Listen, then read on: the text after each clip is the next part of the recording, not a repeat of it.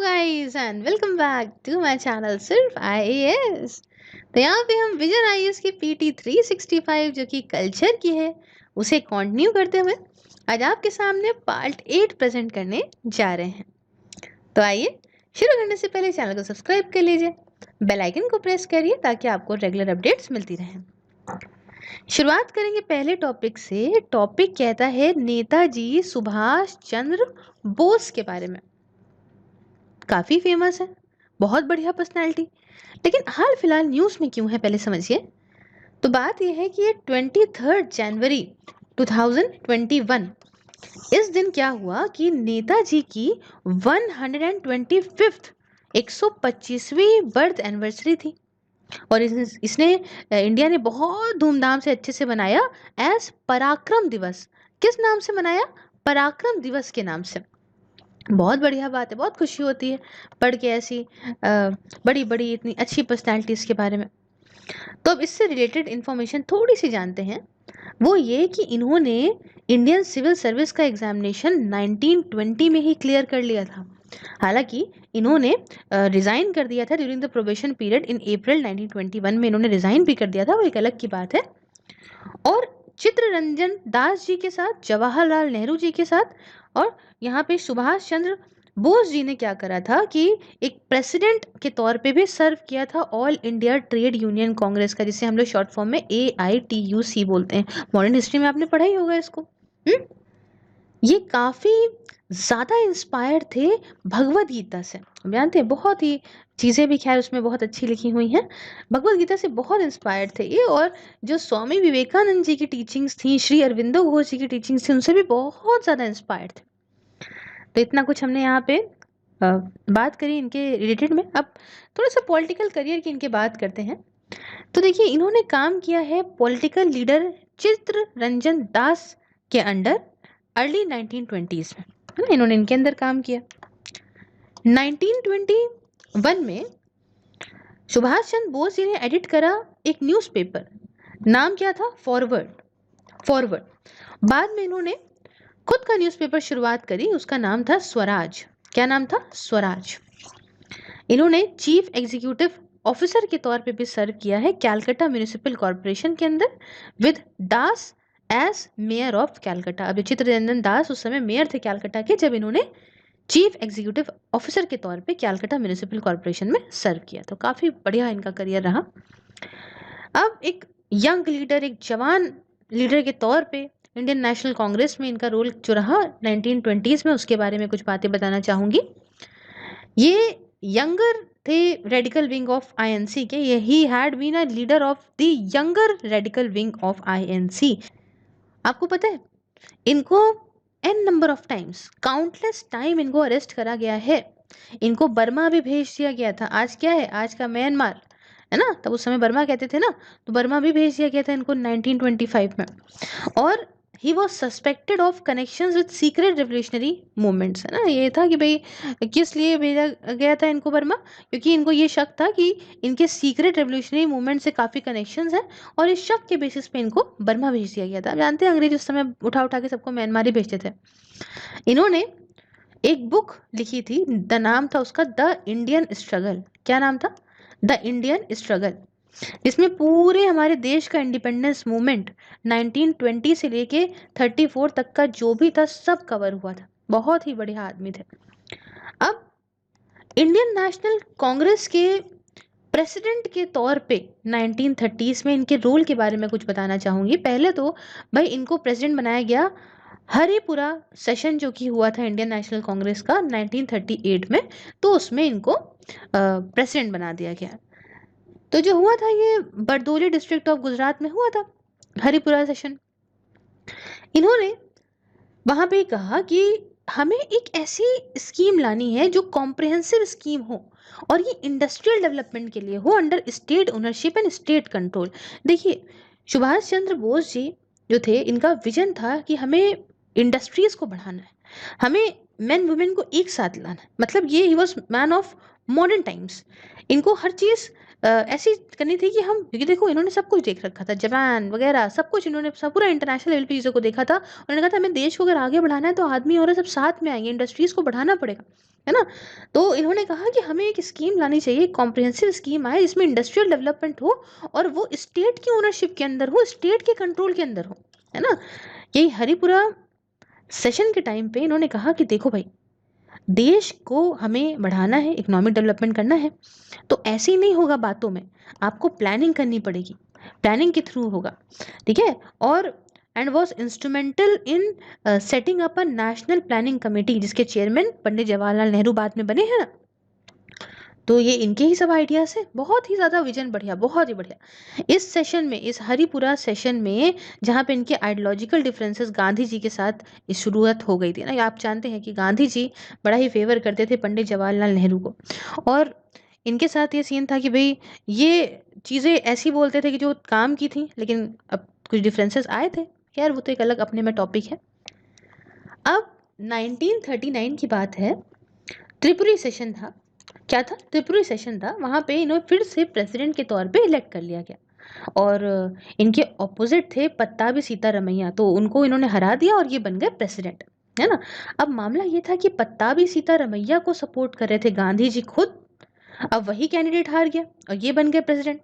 तो पहली दफा ऐसा था जब जो गांधी जी की अथॉरिटी थी, इसे चैलेंज करा गया विद इन द आईएनसी। अब नेताजी चाहते नहीं थे कि जो ये नेशनल मूवमेंट चल रहा है इसमें कोई भी डिवीजन आए, और इन्होंने कहा कि ठीक है भैया, मैं पीछे हट जाता हूँ, मैं विड्रॉ कर लेता हूँ। तो आप इस बात को समझ रहे हैं यहाँ पे कि कितना गांधी जी को भी ये रिस्पेक्ट करते थे। उसके बाद इन्होंने ऑल इंडिया फॉरवर्ड ब्लॉक बनाया। क्या बनाया? ऑल इंडिया फॉरवर्ड ब्लॉक बनाया। ये आईएनसी के भीतर ही था, इंडियन नेशनल कांग्रेस के भीतर ही एक फैक्शन था। इसका एम ये था कि हम पॉलिटिकल जो लेफ्ट है उनको एक साथ लेकर आएंगे, है ना। हालांकि इनको निकाल दिया गया था, एक्सपेल कर दिया गया था इंडियन नेशनल कांग्रेस से। क्यों? क्योंकि बहुत क्या है कि आप एक्सट्रीम लेफ्ट हैं, एंटी इम्पीरियलिस्ट स्टैंड है, तो ये सारी बातें कह के इनको हटा दिया गया था। खैर, अब अगर हम हिज एग्जाइल फ्रॉम इंडिया की बात करें, मतलब इनको कैसे ये बाहर गए इंडिया से, कैसे इनको फोर्स किया गया चीज़ों के लिए, तो सबसे पहले तो क्या हुआ कि नेताजी तो आप जानते हैं कि बदलाव लाने के लिए, चेंजेस लाने के लिए वो कुछ भी कर सकते थे इंडिया के अंदर, इंडिया को मजबूत बनाने के लिए, इंडिया को ऊंचाइयों तक ले जाने के लिए। और इन्हीं रेडिकल एक्टिविटीज को देख के ब्रिटिशर्स को लगने लगा डर कि अरे भाई, ये सामने वाला लगता है मजबूत पार्टी, और कहीं ये जो है हम लोगों को हरा ना दे बुरी तरह से। तो यही सब चलते सरकार ने क्या करा, ब्रिटिश इंडियन गवर्नमेंट ने क्या करा, इनको हाउस अरेस्ट कर लिया। हाउस अरेस्ट का मतलब जानते हैं क्या होता है? इसमें कोई प्रिजन में किसी को नहीं रखते हैं, जेल में, ये अपने ही घर में बंदी बना देते हैं, ऐसा कर लिया। देखिए, नेताजी का ये मानना था कि जो भारत है, उनका साफ मानना था कि इंडिया ऐसे आज़ाद तो होना ही नहीं है जब तक के लिए एक मिलिट्री कैंपेन को ना लॉन्च करें इंडिया के बाहर से, तब तक इंडिया आज़ाद नहीं हो पाएगा। क्योंकि वो इतना समझ गए थे कि भाई सीधी उंगली से घी नहीं निकलेगा।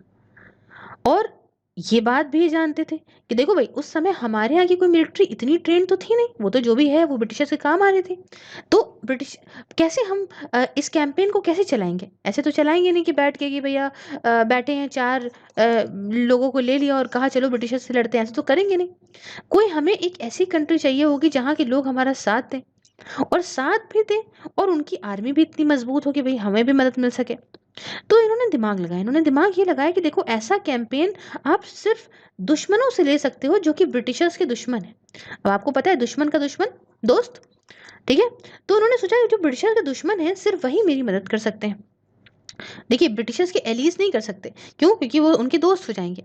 तो दुश्मनों के पास ये गए, इन्होंने कहा भाई देखो, जो भी वर्ल्ड वॉर 2 के टाइम पे दुश्मन थे ब्रिटिशर्स के, उनकी तरफ ये बढ़े। और ये अपने बेसिक आइडियाज से 1942 की बात है, यहाँ से निकले, इंडिया से निकले ये, और पहले गए जर्मनी और उसके बाद गए जापान।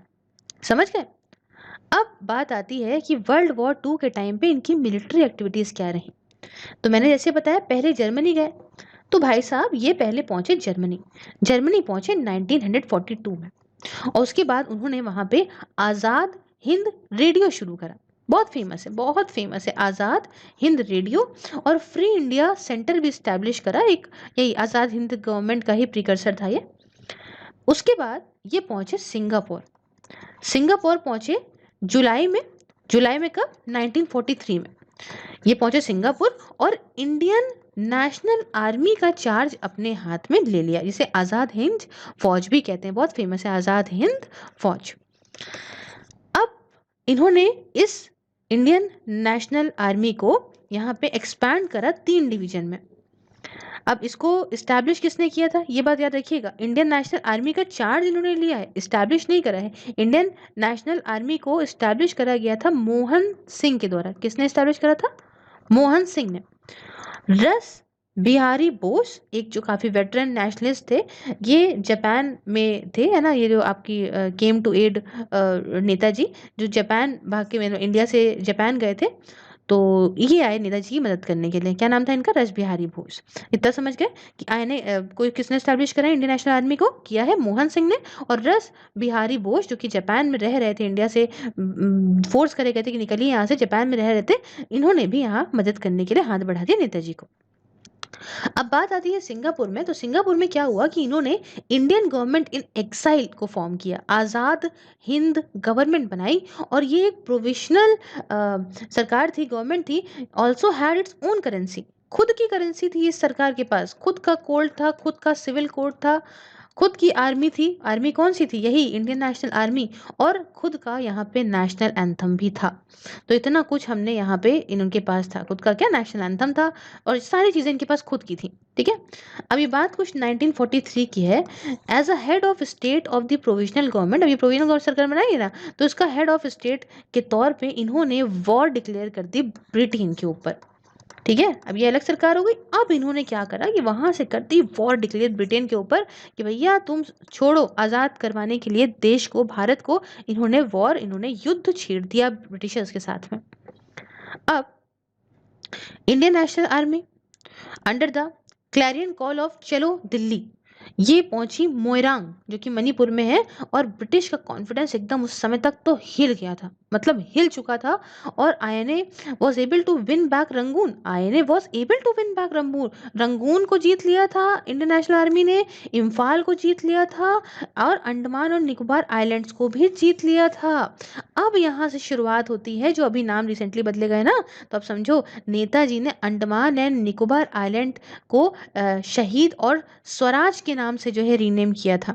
और 2018 की बात है, जब आप जानते हैं कि जो रॉस आइलैंड है, नील आइलैंड है और हैवलॉक आइलैंड है, इन तीनों का नाम बदला गया है ना। क्या नाम रखा गया है? रॉस का नाम रखा गया, बड़ा ही ज़्यादा क्वेश्चन भी आ रहा था, रॉस का नाम रखा गया बदल के नेताजी सुभाष चंद्र बोस द्वीप। नील आइलैंड का नाम रखा गया शहीद द्वीप, और यहाँ पे जो हैवलॉक आइलैंड है उसका नाम रखा गया स्वराज द्वीप, है ना। तो ये नाम तीनों रखेगा, ये याद रखिएगा कि सीरीज में नाम कौन सा किसको दिया गया है। और जो आज का ये जो हम बोलते हैं ना, सैल्यूट करते हैं इससे हर एक आर्मी का पर्सनल, जय हिंद, ये किसने कॉइन करा? ये नेताजी के द्वारा असिस्ट करे हुए अबिद हसन जी ने कॉइन कराया है इस जय हिंद को। तो बहुत ही खूबसूरत बात नेताजी के बारे में, हमेशा ही मोस्टली लोगों को बहुत अच्छा लगता है इनके बारे में पढ़ना। अब सुभाष चंद्र बोस की कुछ ज़िंदगी के बारे में ये चार्ट बताता है। 1920 में इन्होंने, जैसे मैंने आपको बताया कि इंडियन सिविल सर्विसेज का एग्ज़ाम क्लियर किया। 21 में अगर बताएं तो इन्होंने अपना न्यूज़पेपर स्वराज शुरू कर लिया था। 25 में इन्हें बर्मा भेज दिया गया, म्यांमार जो आज का है। 1920s में ही अगर बताऊं तो इन्होंने ऑथर्ड करा इंडियन स्ट्रगल को। उसके बाद फिर 1929 की बात है जब प्रेसिडेंट बने AITUC के। 1938 में प्रेसिडेंट बने हरिपुरा सेशन के। 1939 में इनको प्रेसिडेंट बनाया त्रिपुरी सेशन का, बट बाद में जानते हैं जैसा कि रिज़ाइन कर दिया। बाद में इन्होंने इंडिया फॉरवर्ड ब्लॉक बनाए। 1942 में ये इंडिया से गए और इन्होंने आज़ाद हिंद रेडियो और फ्री इंडिया सेंटर बनाया जर्मनी के अंदर। और 1943 में बताएं तो इन्होंने इंडियन नेशनल आर्मी का चार्ज ले लिया था अपने हाथ में सिंगापुर में, और साथ में इंडियन गवर्नमेंट एग्जाइल भी बनाई थी। बहुत ही खूबसूरत जर्नी रही, बहुत सारे अचीवमेंट्स करे, खुद एक सिंगल मैन आर्मी के तौर पे आप कह लो, इन्होंने बहुत काम करा है अकेले। चलिए नेक्स्ट, एक बहुत फेमस पर्सनालिटी ज्योतिबा फूले। नाम से लगता है लेडीज़ हैं, बट ऐसा नहीं है, एक आदमी का नाम है। अब बात करेंगे न्यूज़ के बारे में कुछ बात। तो भाई बात यह है कि 130th डेथ एनिवर्सरी को ऑब्जर्व करा गया, और यही वजह है कि ज्योतिबा फूले न्यूज़ में आ गए। अब बात आती है कि कौन थे ज्योतिबा फूले। ज्योति राव ज्योतिबा गोविंद राव फूले। तो समझ रहे हैं ना, समझ गए क्या आदमी है। ये एक प्रोमिनेंट सोशल रिफॉर्मर हैं और री ये थिंकर हैं 19th सेंचुरी के इंडिया के अंदर। इनका जन्म सतारा डिस्ट्रिक्ट में महाराष्ट्र में हुआ था 1827 में। इनकी फैमिली जो है वो माली कास्ट से है। माली जानते हैं ना कौन होते हैं? माली होते हैं गार्डनर। गार्डनर होते हैं ना, कि हम लोग क्या कहते हैं, माली है। तो गार्डनर जो है उसकी फैमिली से बिलोंग करते हैं और वेजिटेबल फार्मर्स वगैरह थे। मात्र मात्र 13 साल की उम्र में ज्योति राव की शादी कर दी गई। और शादी कर दी गई किससे? सावित्री बाई से। अब तो सही है ना कि ये आदमी है, कंफर्म हो गया। तो सावित्री बाई से कर दी गई। और after reading Thomas Paine's famous book the Rights of Man, जो कि 1791 की एक किताब थी। किसकी थी? थॉमस पेन की थी। नाम था द राइट्स ऑफ मैन। इसको पढ़ने के बाद हुआ क्या कि ज्योति राव जो है वो काफ़ी ज़्यादा इन्फ्लुएंस हो गए उनके आइडियाज से। और ये मानने लगे कि औरतों को अगर तुम औरतों का जो एनलाइटमेंट है, लोअर कास्ट पीपल का जो एनलाइटमेंट है, यही एक लौता समाधान है, सोल्यूशन है जिससे हम सोशल इवल से लड़ सकते हैं। बहुत ही खूबसूरत बात। उस समय बहुत ज़्यादा औरतों के साथ और लोअर क्लास के जो लोग थे उनके साथ बहुत ज़्यादती होती थी। और उन्होंने एक किताब पढ़ने के बाद उनको लगा कि अगर हम औरतों को ही ऊपर उठाएंगे, बढ़ाएंगे, जो लो क्लास जो लोअर कास्ट लोग हैं अगर उनको हम ऊपर उठाएंगे, तो यही वजह है जो समाज में बढ़ते हुए जहर का जो घुला जहर है, सोशल इवल्स है, उनसे हम बच सकते हैं, खत्म हो सकता है। पता है आपको, इनको महात्मा का टाइटल भी मिला है।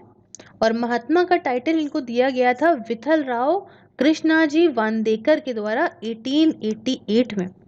उसके बाद खैर इनकी डेथ हो गई थी 1890 में।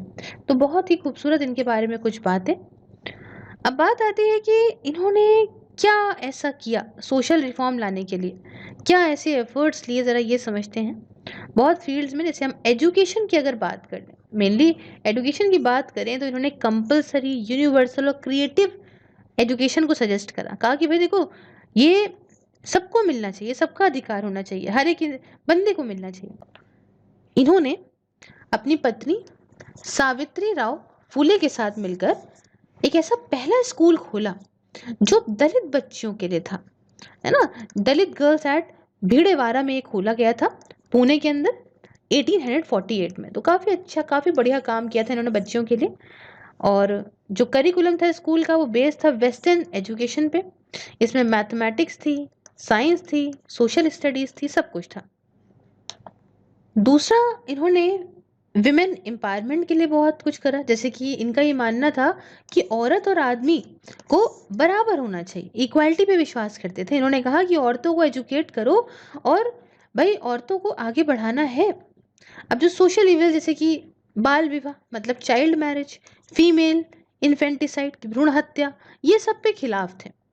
उसके साथ बाल हत्या प्रतिबंधक गृह 1863 में यह सब पहला infanticide prohibition home helping pregnant Brahmin widows and rape victims deliver children. ये पता है क्या था? ये बहुत कम लोग जानते हैं इस बारे में। बाल हत्या प्रतिबंधक गृह, ये 1863 की बात है, जब ये ऐसा पहला ऐसा इन्फेंटिसाइड प्रोहिबिशन होम था।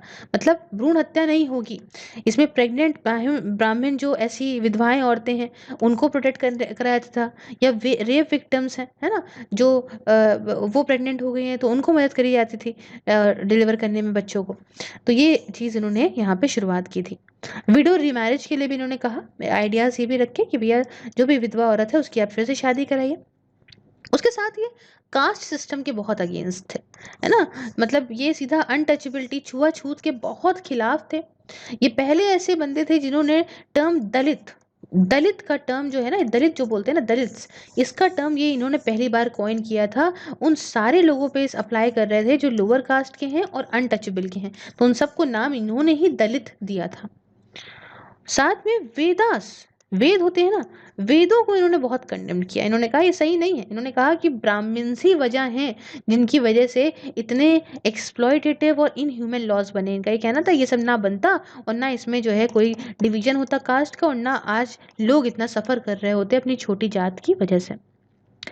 ये he was a source of inspiration for महर्षि सिंधे, उसके साथ डॉक्टर बाबा साहेब अम्बेडकर और गंगे बाबा और साहू महाराज। तो इन सभी लोगों के लिए ये एक इंस्पिरेशन थे। और एसोसिएशन की अगर मैं बात करूं तो ये बात कुछ 1873 की है, जब इन्होंने सत्य शोधक समाज society of seekers of truth को बनाया था पुणे के अंदर। और बहुत सारी और बातें हैं। ये एक इन्होंने काफ़ी सोशल रिफॉर्म सोसाइटी बनाई जिसने अपने इक्वल राइट्स के लिए लड़ा। डिप्रेस क्लासेस के, डिप्रेस क्लासेस भी हैं तो उनको भी तो इक्वल राइट्स मिलने चाहिए। कम्युनिटी के अंदर मुस्लिम्स थे, नॉन ब्राह्मण्स थे, गवर्नमेंट ऑफिशियल थे। तो ये इनके द्वारा करे गए कुछ बहुत ज़्यादा अच्छे और खूबसूरत काम। अब कुछ लिटरेरी वर्क की भी बात ही कर लें तब आगे बढ़े। तो इसमें एक आता है आपका ब्रह्मानच कसब 1969 का, और अस्पृश्यांसी कैफियत 1893 का, गुलामगिरी 1873 का, श्वेतकार्यंचा असुद 1883 का, और सर्वजनिक सत्य धर्म पुस्तक 1891 का। तो ये हमने कुछ बात करी। बढ़ेंगे नेक्स्ट टॉपिक की तरफ, बीजी तिलक, बाल गंगाधर तिलक के बारे में। खबरों में क्यों रहे हैं? यूं तो काफी फेमस पर्सनालिटी है, लेकिन रिसेंटली क्या हुआ कि इनकी भी 100th डेथ एनिवर्सरी थी और इसीलिए ये आ गए खबरों में। तो आप जानते हैं जैसे कि 23 जुलाई 1856 मतलब 1856 में पैदा हुए और 1 अगस्त 1920 मतलब 1920 में इनकी मौत हो गई। तो अभी क्या हो गया था मामला, पूरा पूरा 100 साल कंप्लीट हो गया है 2020 में, और इसीलिए ये आ गए खबर में, डेथ एनिवर्सरी है। अब इनके बारे में कुछ डिटेल्स बताना चाहूंगी।